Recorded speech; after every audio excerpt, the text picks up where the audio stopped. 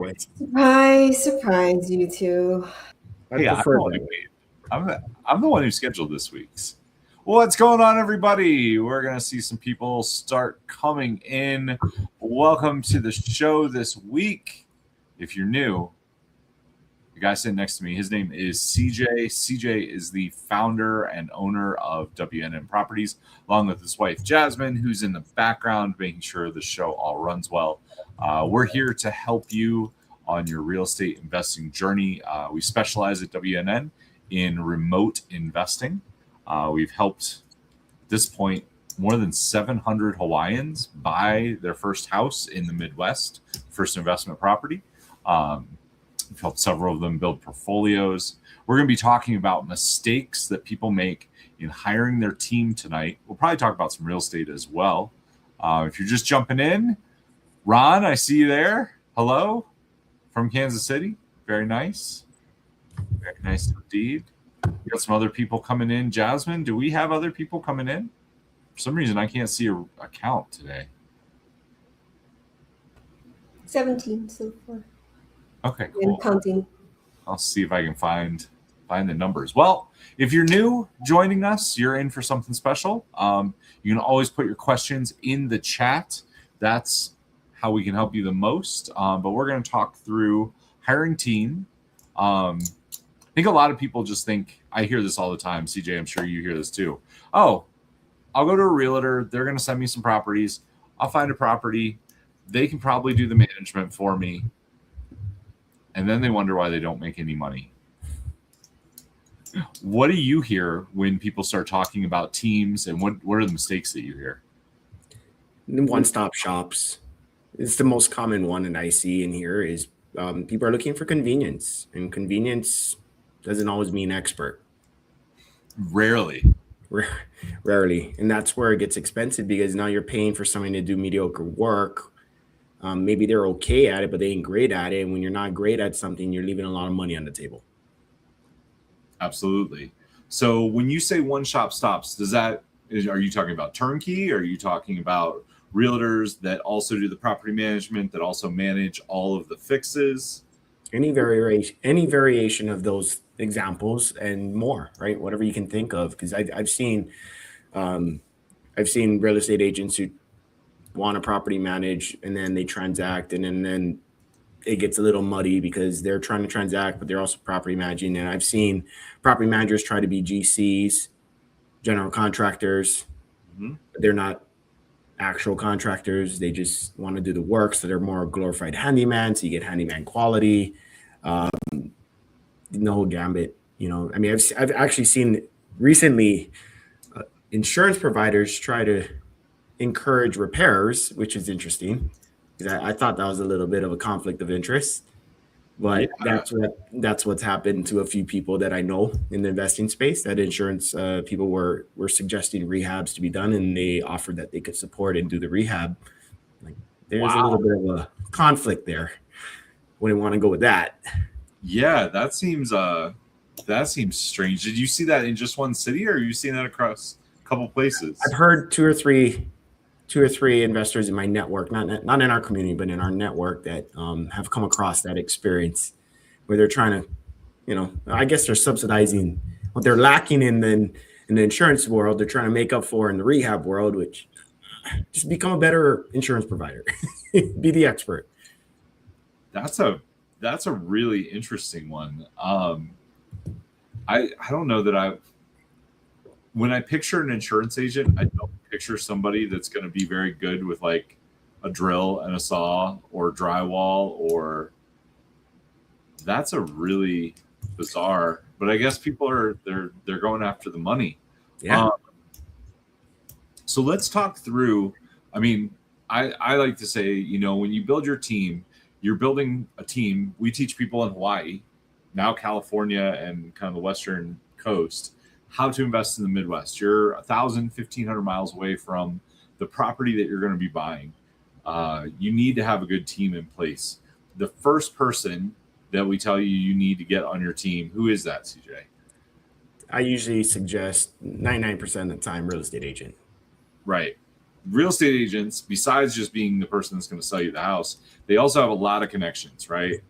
They're going to be your first stop. So what do we look for? I think people a lot of times say like, I want to go with the best real estate agent, and best is such a like, what does that even mean? Right? Is that the person that has the most listings? Is that the person that advertises the most? Usually none of that is true when you're looking for investment properties. So what do we look for? We look for an agent we're willing to work with and give it a shot. Now, oftentimes new investors, and myself included, came into this false thinking of, well, I'm going to work with the best. Well, newsflash, the best are usually not available because they're working with seasoned investors, oftentimes repeat buyers that have history, credibility, experience, the whole nine. So those are the agents that are tied up with those types of investors. So when you're starting off, you get to work with several agents. It's usually my recommendation. I don't want to necessarily be tied exclusive to a specific agent. And there's logistical ways to go about structuring this in a relationship, but you eventually got to find somebody that you want to work with, that you feel like you have a good vibe together. I mean, You're really testing and guessing in the beginning, but you got to pick somebody, because if you don't, you're never gonna move past the interview phase. What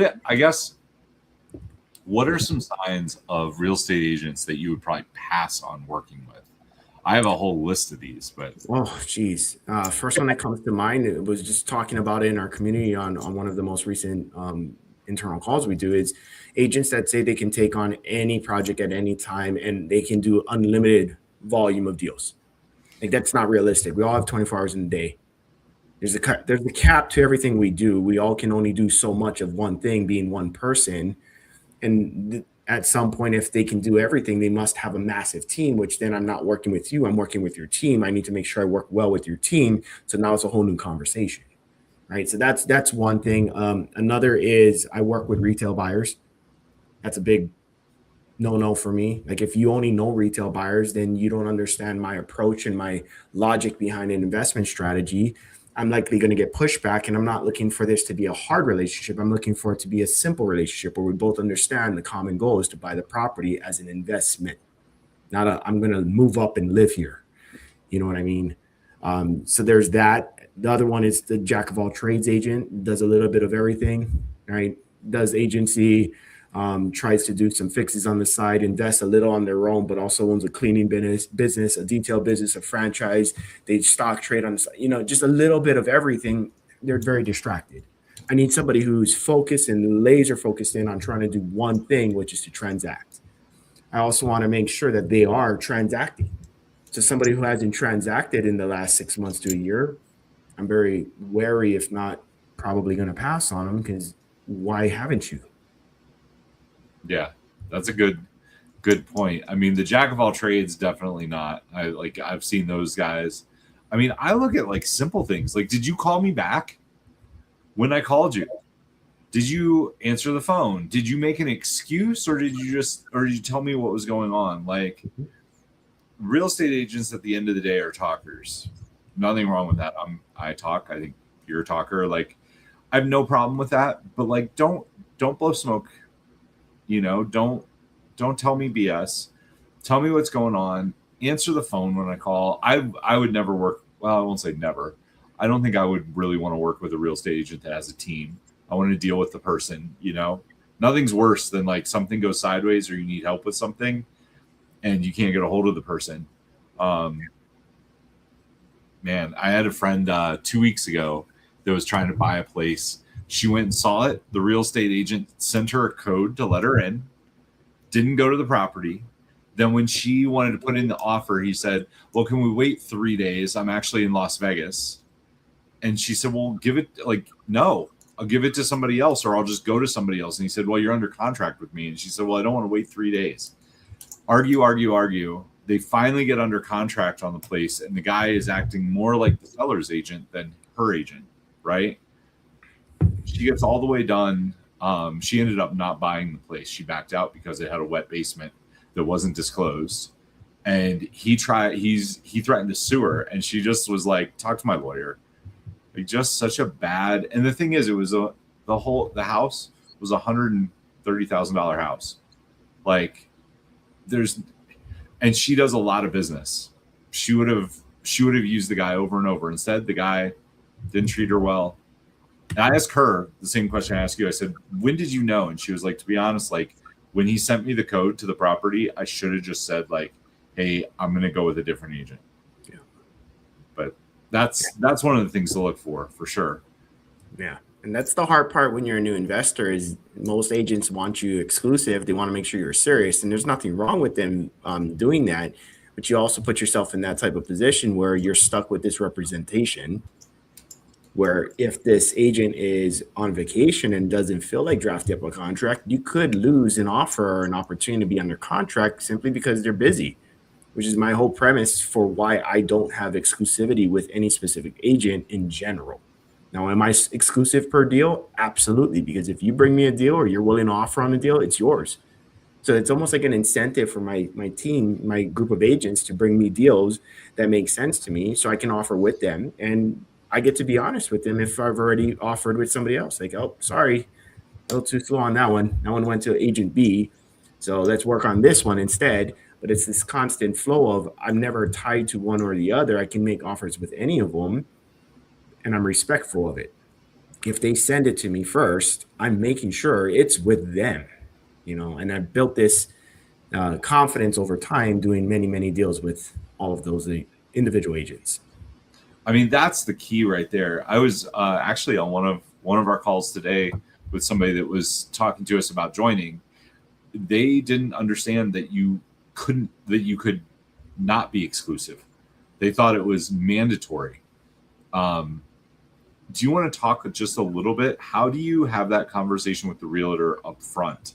Because I think that's something a lot of people are scared of. Yeah.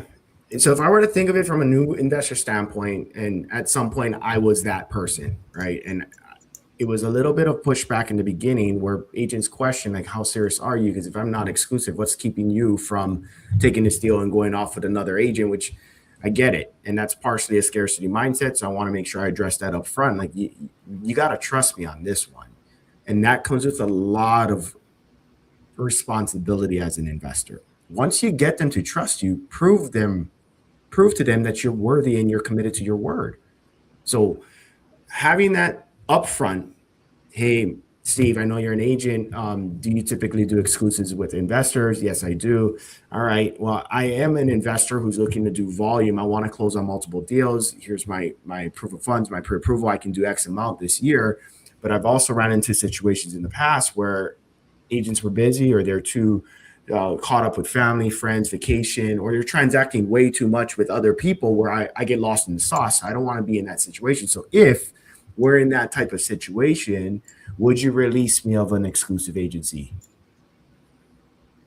And you kind of trust them at that point too, because you're asking for trust. They're asking for somebody's got to give trust.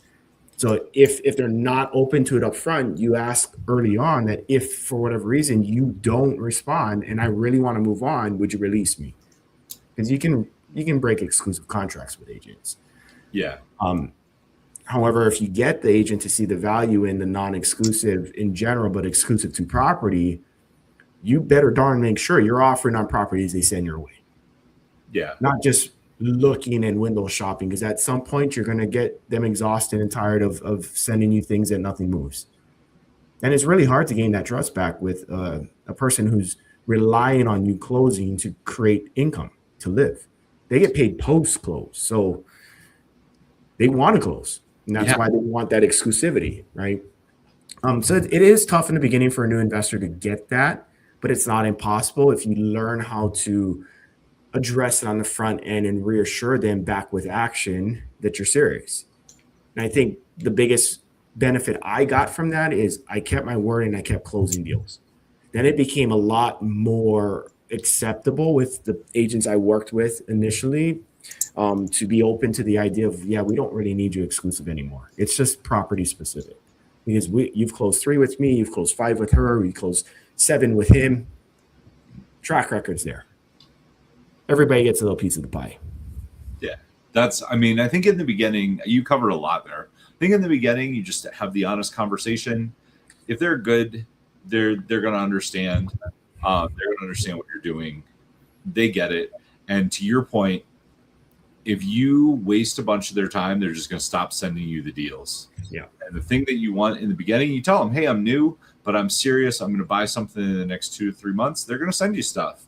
Yep. If you waste a bunch of their time or write silly offers, they're going to not, they're going to break the exclusivity and just stop returning your calls. Yeah, exactly. Okay. So we've got a realtor together. We're starting to look at properties. What's the next person that I should be looking at hiring? So typically it's property management will be the follow-up one, because you're new, you're just starting a new strategy in a market you've never been to, working with team members you've never really met, ideally in person. Most of this is done over Zoom or phone calls, and it's doable. You don't need to meet them, and you're taking those next steps. And majority of the new investors are looking for already performing assets with tenants in place, proven cash flow, turnkey type properties. Your go-to team member next would be a property manager. That would be the next person in place so they can receive the property you're looking to transact. This is where a lot of investors get caught up with, well, I think I need a contractor. My question is, what do you need the contractor for? Yeah. You're buying a property that's rent ready or already rented, performing, producing cash flow. Why do you need a contractor? Oh, just in case I need to fix things. When your property manager should have resources available to fix the one-off things subcontractors can take care of. You don't need a general contractor yet. All right. That would be the next person I would suggest. Okay, so property management. This is probably the thing that has gotten more people burned. You're smiling because, I mean, we all know, anyone who's had properties, you've had good experiences with property managers and bad experiences. You've had, we all have had it, right? Hire somebody, they're great for 6 months, then they fall off track, something happens. Let's talk through this, because I think this is one of the biggest fears that stop people from moving forward. If you guys want to talk about fear, what does WNN stand for? Why not now? Now, did you feel fear when you guys bought your first couple places? Absolutely. It still creeps up. How's it show up now? That's actually interesting. How's it show up for you now? Because you've done so many deals. It shows up in the new, right? I mean, everything new is scary at first. You just simply don't know what you don't know. And we're always looking to learn and grow, which requires us to get uncomfortable. Uncomfortable is where fear is. So it's always present. The difference between now and when we first started is that's not the driving force on how we proceed forward. We acknowledge it's there. It gives us some indication of possible things we might want to pay closer attention to, because fear comes from the unknown. So we get to educate and learn and then take the step. Yeah. Versus in the beginning, the fear was, oh, I'm not going to do this because it's too scary. Like our story, year one, we bought one property and sat on it because of the fear of it not working. Right. Versus now, it's okay, we buy one property, whether it worked or it didn't, we ask the same 3 questions. What worked, what didn't, what's next? And we move quickly to not allow fear to creep in and take hold of my thinking. We just learn and move. Learn and move. Fear is there. But we're just going to step into our courage around, we know we can do this. We have the track record. We're just going to keep going. All right. So I got to ask, I think I know the answer, but I want to ask who is more fearful is not the word. Between you and Jasmine, who is more emotionally grounded, or who has more like, we shouldn't do this or we should do this? Like Jazz. Yeah. Yeah. That's she's very risk adverse. I like taking risks. So you guys balance each other out, right? We do. And we were just talking about this past weekend when we were at one of our events. It's the yin yang. Like she needs me to grow, which is what we did. 0 to 90 is not easily done in a 4-year, 5-year span without taking massive risk. Yep. And I also needed her being that risk adverse person who can keep what we've created instead of coming too top heavy. If I were to just run in and didn't have her, I'd get so top heavy, I'd come crashing down. Will I build again? Yes, but it would hurt and it would take a little bit longer because I'm likely not somebody who's pay attention to the weeds or the little intricacies. She does. So it's like she built the steps behind me as I started climbing before the steps were ready. I just kept going. Yeah. Well, that's why you guys are great at balancing each other out, and we see this in the program all the time. In the program, we see it's usually couples, and everybody balances each other out. Sometimes one person will get a little bit scared, and that's normal. Like fear is normal, right? But to your point, you have to act in spite of being scared, and sometimes having the person there to push you a little bit and say like, "Hey, we're going to go through this together," really makes a difference. I mean, you're very open and honest. Like when you guys started, you were trying to start a mobile detailing business, and Jazz was like, "We're doing real estate," and you were like, "Nope, I'm going to detail cars." Yeah. And then a year later, it was like, "Oh, maybe we should do real estate." But that was driven by fear. How so? I didn't understand or know real estate. See, it's the I don't know what I don't know, which then allows fear to be bigger than it actually needs to be or is. And it directed me into something more comfortable, which is I knew how to detail cars from my history, from my past. My dad did it, so I could do it. You know what I mean? So it was comfortable versus facing the fear, looking for what it's trying to teach me and move forward anyway to basically debunk it. Yeah. It just took a year. That's all right. I mean, you accepted it, then you learned about real estate, then you guys took off. We'll come back to how you guys bought your first property and your second. We're going through the team right now. If you're new joining us, I see that we have gotten some new people. Drop a line in the chat. Let us know where you're from. If you have questions, we're going through building the remote investing team. We started with the very first person, which is your realtor. Then we went to the second person, which is the property manager. And we're kind of in the middle of that. I want to keep going. So property managers, we don't usually take on ones that are also realtors. We're looking for somebody who's a solo property manager. How do you know the good ones from the bad ones? You really don't. It's all team members are a test and guess at some point. What you need to be is confident enough through your ability to interview and ask questions to basically subside that fear that you have and see if they can fill in the gaps that you don't have. Right? The skills, the abilities, the location, the understanding, the know-how. And just like with agents, property management companies typically require you to sign a 1-year agreement with them. We have learned over the years, you can shorten that if you feel unsure of, and it's almost like a show me, don't tell me, performance driven, give me good 6 months, I'll sign on for another year. Yep. You know what I mean? And it's a dating phase, we like to call it with team members. But having that skill to interview, knowing the questions to ask, knowing the outliers, what makes a good PM, what makes a not so good PM. And that really comes down to your definition. Like you said in the beginning, what makes a great agent? Well, define it. What are you looking for in a team member? I want somebody who's able to communicate with me. I want to be able to speak to a human being, not an automated system. You know, like these little simple things. Well, you might be looking for mom and pop versus a corporate run institutional property management company that has all the bells and whistles, but it's more automated. So you're not going to have that human interaction. You're going to have more of a corporate. You need to know a little bit more to run with a larger PM company than a mom and pop. Mom and pop, you have that FaceTime. Right? Yep. You can work with them. What's your speed of growth? What's their capacity? Do they have a capacity? If they don't have a capacity, I'd question them. Every property manager has a capacity, just like with agents. I can do all deals. No, you can't. At some point, you won't. You know, I don't want to be the one who won't. So historically, and I know a lot of property managers personally. I've worked with many. A good range a single property manager can manage door count wise is about 200.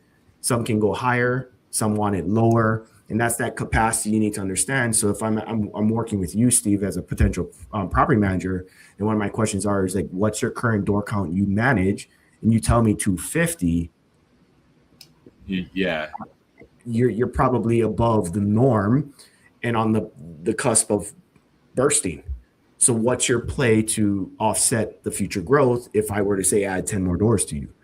I'm going to build a team, and I might want to wait till that team's built first.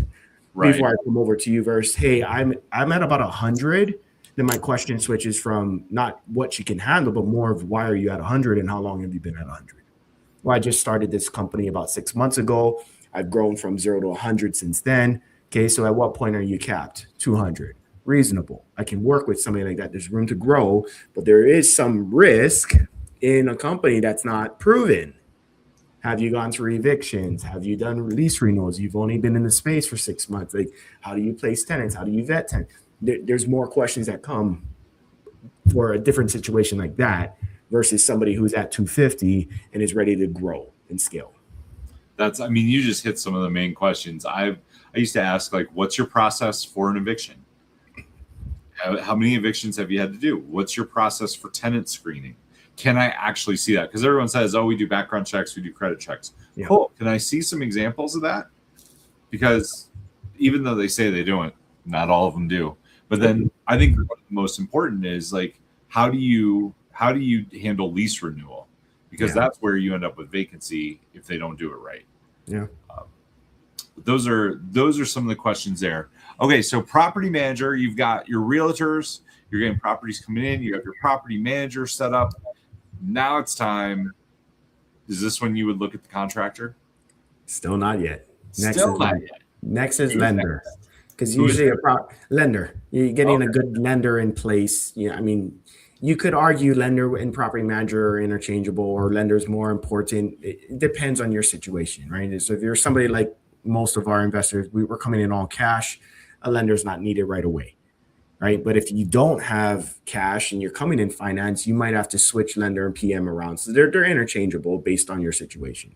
But a lender would be next. And I'm playing this scenario out as most of our students. We're connecting with an agent, we're buying a property all cash. Sometimes it's a performer. So we're going to get a property manager in place, and then we'll work on a lender on the back end. And a good lender, well, then again, definition of good. What are you looking for in a lender? How do you interview a lender? What are their rates, their products, their terms? How do they qualify you? Is this a traditional bank that does a 30-year fix? Is this a commercial loan type of product? Is this a DSCR, debt service coverage ratio type of a lender? Is this a hard money lender? Like, there's so many variations. So your questions will vary based on who you're using for the property at hand. And a lender is not singular. It should be lenders, because lenders can change their mind very quickly, and you never want to be stuck with one. So just like with agents, you want volume of lenders.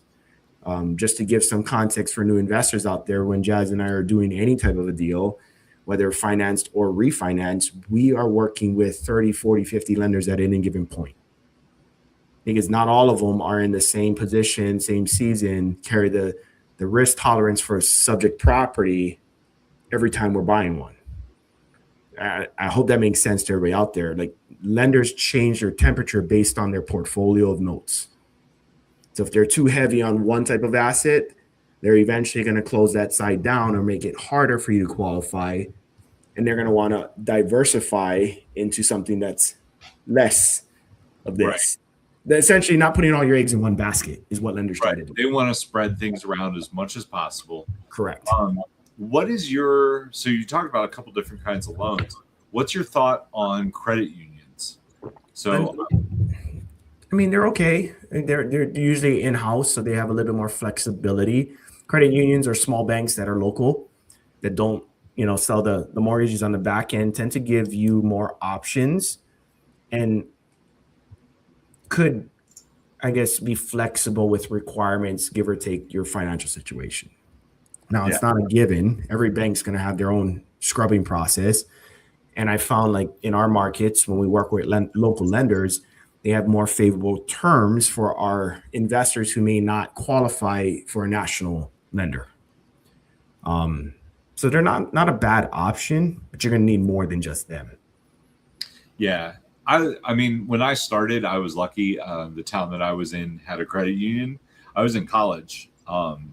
The normal banks wouldn't talk to me. I didn't really understand what a credit union was. Somebody told me, and I went in. I ended up getting to know some of the people that worked there, and they saw me get my first couple properties. And then they said, okay, like, we're willing to work with you. Like, and they were a big part of what I did. They did I took over a construction job that was going bankrupt, and they ended up funding it. It was pretty like, I think about that now, and I'm like, they definitely didn't have to do that. It's a 23-year-old kid. So I have a soft spot for credit unions, but they do keep their loans in house, which usually means they have some more flexibility if you have a good relationship with them. So we're talking about remote investing. Should people look at banks where they're at, California, Hawaii, etc., or should they go to where the property is? Does it matter? Right. So here's where I'm going to say trust but verify. I'm going to share with you what I've learned and heard over the years of doing this is that you get to be licensed in the state that you're going to write up a mortgage if you're not local. So if they're a bank in California and they're going to operate out, say, in Indianapolis, they need to have or carry some licensing ability to write and run mortgages there or have some sort of process. And that's where the legality and the weeds, that's not my strength, right? Well, you would want to check that. So if you're working with a bank in California and you're investing in Indianapolis, you need to make sure, hey, Bank of America in California, can you write investor loans for me in Indianapolis? And they'll answer yes or no. If it's a no, it's a quick move on. If it's a yes, what does it need to look like? And then you go through your questions like you would with any other team member. So I want to go back to, you said you and Jasmine at any given time could have like 30 or 40 lenders that you're looking to work with. How does that work? Like, are you pre-approved? Because if we're going in the order that we laid out, right? You have your realtor, you start getting some deals coming in. You have your property manager, so you're set. If you close on something, now you're lining up the financing. How do you line that up? So if I'm closing cash, which I typically do, most of my deals I'm closing cash on the front end so I can control the lending aspect on the back end. See, here's what I tell people in our space. When you come in finance, you're subject to the financing institution, the bank or the lender, scrubbing and qualifying your deal and making sure it works for them first. They're not really looking out for your interest. They're looking out for theirs and ensuring they're securing their position to your said assets. You're really at the mercy of their decision. If they decide to decline you in the transaction, you're just declined. Yeah, you're hurt. You can't close, right? And they could change terms, they can change rates, they can add closing costs and fees. Like I've seen 2 days before closing, banks pull out of deals just saying that we changed our mind, we don't want to fund it. Like that's a really crappy position to be in when you're putting all your hope and trust in a third-party person that has all the authority and control, which is why I like to close cash. Because if I close cash, I already own the asset. So the tables have flipped. So when I go in and present it to a lender, they are wanting to put a mortgage on my property because that's how they make money. But I don't need them per se right away, depending on how I fund the deal on the front end. If it's my pure cash, I don't need them. So now I get to go, hey, here's what I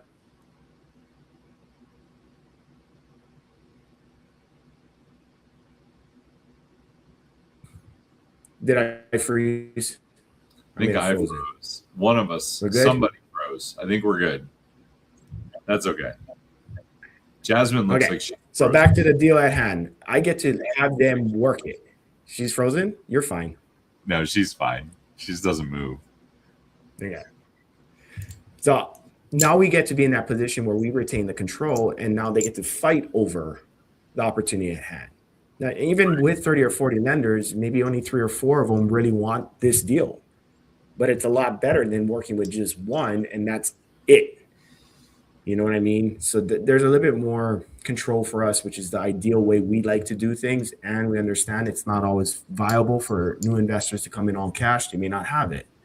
So financing is their route.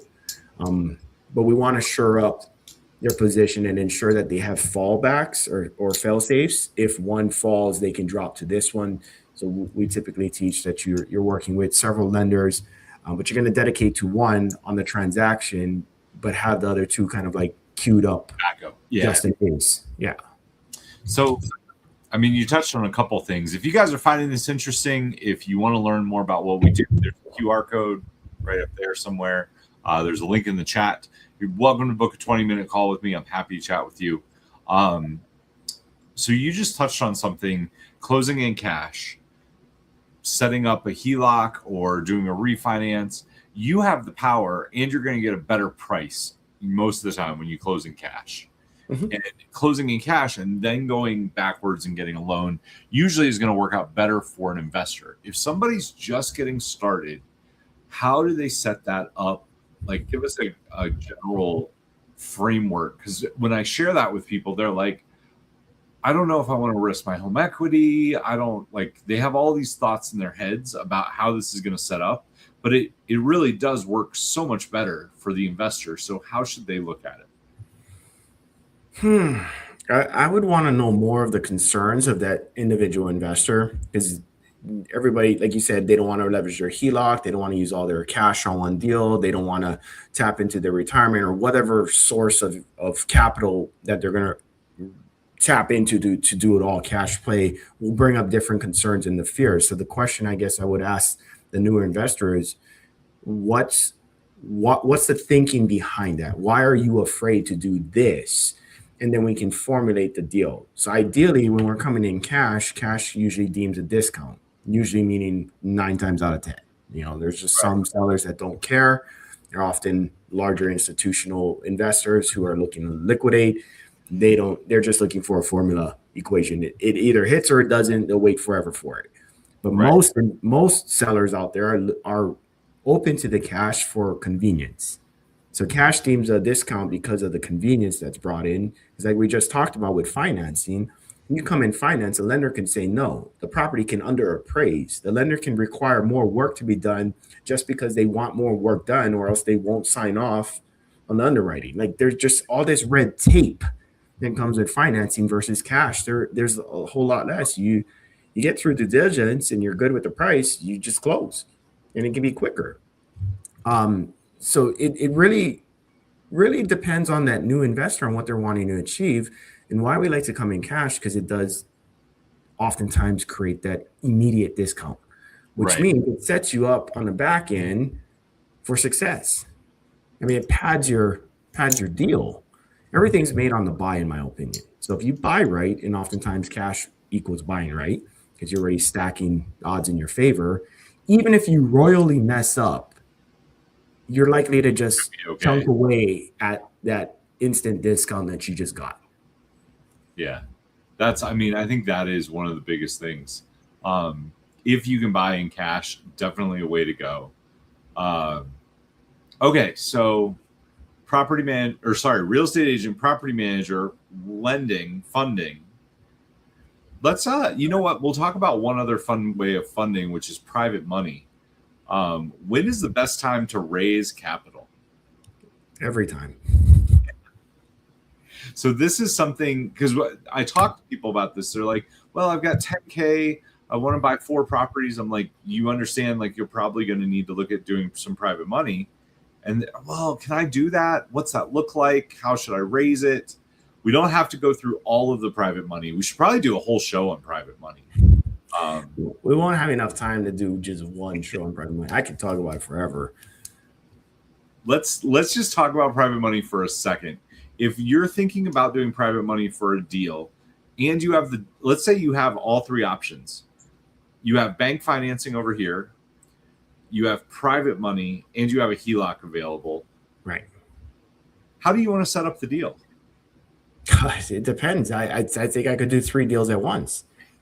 I mean, in reality, right? You have funds for 3 deals. Why are you only doing 1?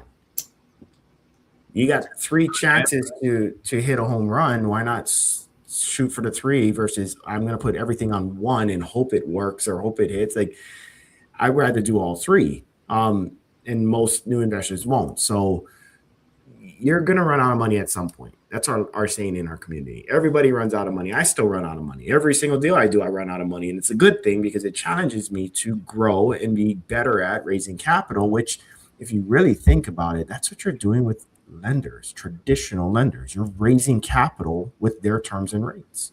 You don't have the full amount to buy this property. That's 75%. They're funding. You only have 25. So why is private money so, I don't know, taboo or fearful? I don't understand. It actually opens up a lot more possibilities to create solutions to those types of deals that may be tighter, because now you structure it in your fashion, right? I have the saying that it's price or terms. It's never both. So you either get your price or you get your terms, but it's never both. And if you have to give away both, you're in a bad spot. It's likely a bad deal. Walk away. Right. So, okay, let's talk about private money. When is the right time to raise private money? You said immediately. Yeah, right now. it's a skill, and it doesn't happen right away. So I think the false pretense out there is you can simply post a post saying, "Hey, I got an opportunity, invest 50,000 with me," blah blah blah.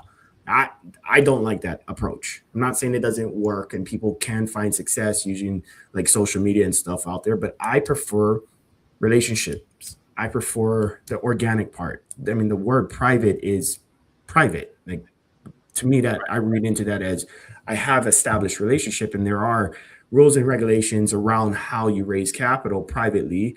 And you know this from your fundraising. Like there are technical rules that you got to follow. So for me, it's that relationship build. I'm looking to work with people who already have proven track record of relationship, family, friends, immediate spheres of influence, people who already have the no like trust factor at some degree. My family may like me and they know me, but they may not trust me. You know what I mean? Like there's going to be some variation of it, but you start there because in the beginning, like anything new, you're going to suck.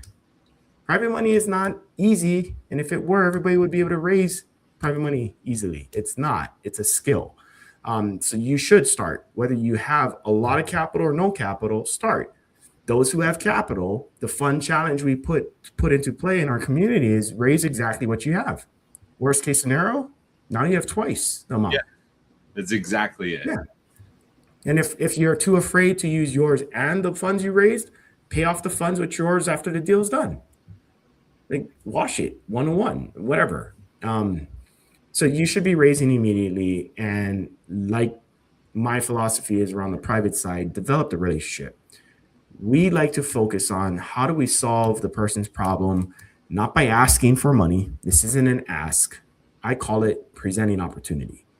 I want to give the person across from me the option to say yes, no, or maybe. See, it's a big difference when you're presenting opportunity versus, hey, Steve, can I borrow $100,000? That sounds more like what's in it for me because I need the money and you're going to just give it to me and support me. And maybe there's an exchange of rates or interest paid, but it's all benefiting to me versus, hey, Steve, if I were to present you an opportunity, how would your life be different? Oh, I heard you want to climb Everest again. What's that amount going to cost you? Okay, cool. So if you were able to, part this money into this type of opportunity and I were able to fund your Everest, would that be something you'd be interested in? It's a whole different approach. It's the same transaction, right? So we like to teach more of that relationship-driven type of style of private money, less the promote it loud, how much money you can make, how easy it is, what your interest rate should be, People don't, I won't say that people don't know what interest rate is, but I will say in the fundraising that I've done, which is a lot, it rarely comes up. People are looking, can I trust you? Is this an investment? Like, do I kind of understand what's going on with the investment?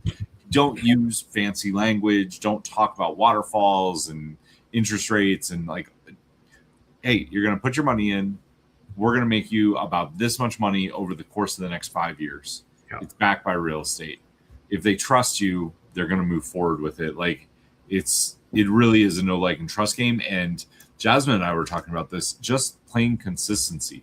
Yeah. Like sending texts, letting people know what's going on, never getting offended if they say no. Don't push them to do anything. Respect them or later. Yep. They're going to be ready to go. And it's just keep showing up. Yep. And stay focused on doing the one thing you started off talking to them about. Not, hey, I'm doing this real estate thing, then I'm doing this Bitcoin thing, then I'm starting up this business, and I joined this MLM, and then now I'm back into real estate, but I'm doing a different strat. You're never going to be labeled the expert in anything when you keep shifting gears. That's what it's one of the more frustrating things with newer investors is I want to do this, I want to do this, I want to do this. No, pick a lane, get really good at it, create a result, then figure out if you want to repeat it.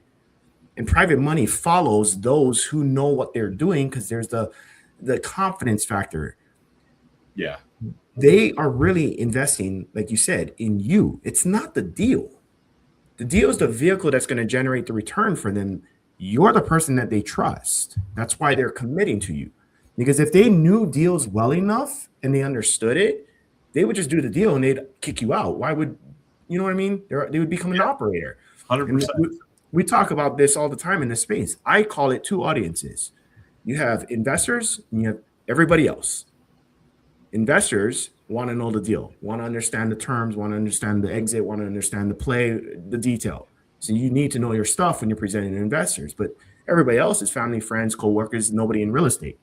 Right. They don't understand all of that. So when you start spouting off this much interest over this time, it's amortized, blah, blah, blah, ARV, LTV, they don't know what you're talking about. It's a foreign language to them. It's right. English, but foreign. Right over there. Okay, so we talked about your realtor, we talked about your property manager, we talked about your funding options, which covered a couple different people. Now, are we finally to the contractor? Your contractor could have a conversation, but it's back to your agent. Do more deals. Do more deals. When do you? So many people are worried about their contractor, right? Okay. When are you gonna need them? Like, when are you doing deals where you need a general contractor? Pretty rarely. That until you're doing like tear downs or major fixer uppers, you really don't need a general contractor. It's nice to have one to call on, but guess what? They're like agents. They don't get paid unless they get the work. So I guess the question that comes up is, well, if I have a property manager and I have something go wrong at the property, they're going to mark me up. Like they're going to charge an exorbitant rate. If I have my contractor, I can send the contractor out.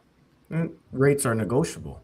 And what are they marking it up for? See, oftentimes property management is marking it up to manage the project. It's called a project management fee, meaning they are responsible to schedule, to confirm the work is being done, to ensure it's following the codes, the permits, it's on time, it's complete, it's verified. So that deems time, energy, and resources, which oftentimes project management fees are about 10%. It's not a lot of money on a $10,000 turnover. It's $1,000. It's a lot more reassuring to have somebody that can oversee the rehab and the project, and reassure you it's being done, give you updates, give you recommendations, give you follow-ups, give you all the receipts and the pictures. That's their job, and that's why they mark it up, because it's outside of the generic scope. Exactly. Right. So you got to really entertain the cost of the markup for the project management fee versus taking the risk on yourself, where you get to schedule, you get to verify, you get to ensure this contractor's licensed and pulling permits, and they're actually doing the work and they're following time, right? So yeah, property managers may mark it up, but if they're a good property manager, they're marking it up to cover their time they're spending on doing something that's slightly outside of their normal scope of work. That's it. All right, CJ, we've covered the entire team. We covered fundraising. We talked about some private money. I think we covered quite a few of the things that people can get hung up on when they're doing remote investing. We're probably going to come back next week. We'll probably talk about 2 weeks, not next week, 2 weeks. And we'll probably talk about what it's like to invest. Like, what are the actual mistakes that you can make outside of team? Is there anything when it comes to team that we haven't covered that you think that we should? You can go into the weeds of having like a go-to inspector, somebody that you prefer to use consistently and develop a relationship with, because it's possible as a new investor, you're going to go under contract and cancel on a few. But having consistency with an inspector that you can understand how their reports are produced, having conversations around what they see, things that they've written on the report may not always reflect how they feel about the disclosure. Like, they can talk you through what they saw. An inspector would be a very healthy team member to have that you go to consistently, right? So you get into that rhythm with a home inspector, which often comes from your real estate agent. They're easy go-to to get you connected with that. Yeah, they're going to connect you to them. Correct. Another team member you're going to want to have at some point is an insurance provider, whether it's a broker who shops for your insurance for you for a small fee, or you're working direct with the insurance providers to get you quotes for the type of insurances you're going to need for your properties. Because if you're going to put a mortgage on it, and ideally, even if you own it free and clear, you still want some level of insurance on there. But having that team member accessible as you grow your portfolio will benefit you, because there is a cost to insurance. And does it make sense for the deal at hand? What do they insure? What do you not need insurance for? At what point do you need to change the type of insurance you have? So having that team member on your team at some point will be beneficial for your growth. And then you can even add in their subcontractors. If you really want to do stuff outside of property management, you got to build your subcontractor list. There you go. So we covered a lot of people. I don't want people to get too hung up on, well, I got to get started. I got to find the location. I got to do the team. This is what we do. If you are interested in learning how to remotely invest, we would love to help you with that. There's a QR code up here that you can click. You'll book a call in with me. There's a link in the chat. Be happy to chat with you, let you know if what we do is a good fit for you and how we can help you. CJ, awesome to hang out with you, talk through some properties. Jasmine, good to hang out with you, hanging out in the background. She makes everything run, so we gotta give her a shout out.